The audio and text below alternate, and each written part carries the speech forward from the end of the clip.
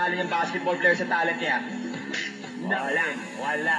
Look and listen beyond his disability. Ladies and gentlemen, please welcome Karl Malone.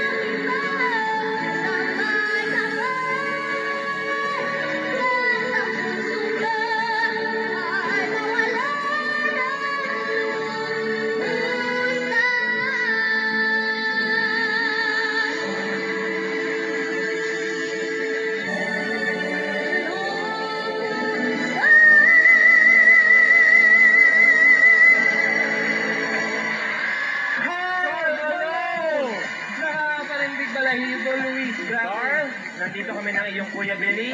Alam mo, Carl, bagong lahat, gusto ko lang sabihin sa'yo na ang kwento mo, ang talent mo, nagiging proud ako na naging parte ako ng Pilipinas Got Talent dahil sa'yo, Carl. Mutual ang feeling namin. Pareho lang kami doon, Carl. Napakagaling mo at talented. Blessed ka talaga. Carl, may tanong lang ako sa'yo. Ano ang hindi mo nakakalimutan na isang experience dito sa Pilipinas Got Talent? Hindi ko po makakalimutan talaga yung pumunta kami sa Cebu at naipakita kong talento ko sa tao. Kahit po ang mga kapansanan, hindi po hadlang na maipakita po ang talento nila. Yes! Sa buong mundo. Napakatama mo dyan, Carl. On that note, pakinggan naman natin ang gusto sabihin ng ating mga naiiyak na judges. Friendship. Kasi cry tayong dalawa. Ang galing mo. Kasi, actually, ang mga staff namin, ang unang bilin sa amin, bawal kaming maglabas ng emosyon bilang judge. Pero kasi may mga pagkakataong kagaya nito na mahirap pigilin yung totoong emosyon mo dahil tao ka lang. Bakit ako naiiyak sa kanya bukod sa magaling siya at talented siya? Kasi iniintay niyang marinig yung music. Kasi mahirap yun eh. Bulag, medyo hindi masyado yung pandinig niya, pero ginagawa niya yun. So, at nagawa niya ng bonggang-bongga. Kaya kami, naiiyak ako sa'yo kasi pinatunayan mo na kahit may kapansanan ka, lumalaban ka sa mundo.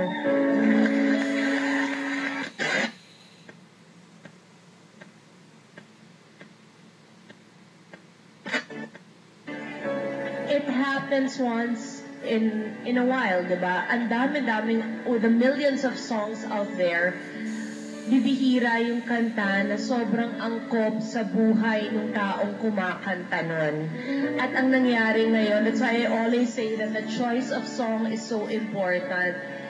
You made me feel nga na dapat with enough faith in God, meron tayong tiwala na gaganda ang bukas natin. And ako, Carl, kasi friendship na aalala mo yun nung nandun tayo sa Batangas kasama ni Governor V. Yung nag-i-interview sa akin was also blind.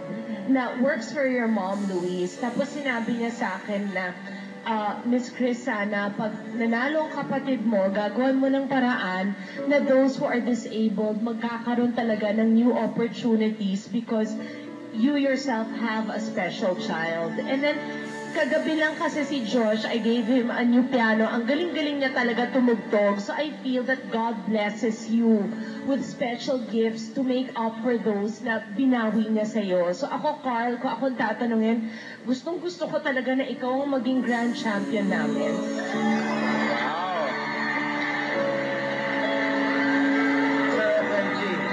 Sir FMG? Napakahirap magsalita. Pagtapos ng dalawang partner ko, wala na akong sasabihin pa eh. Natanggal tuloy yung pilikmata ko. Pati pilikmata natatanggal sa'yo.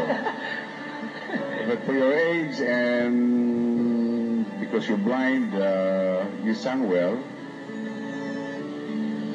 And I hope you make it.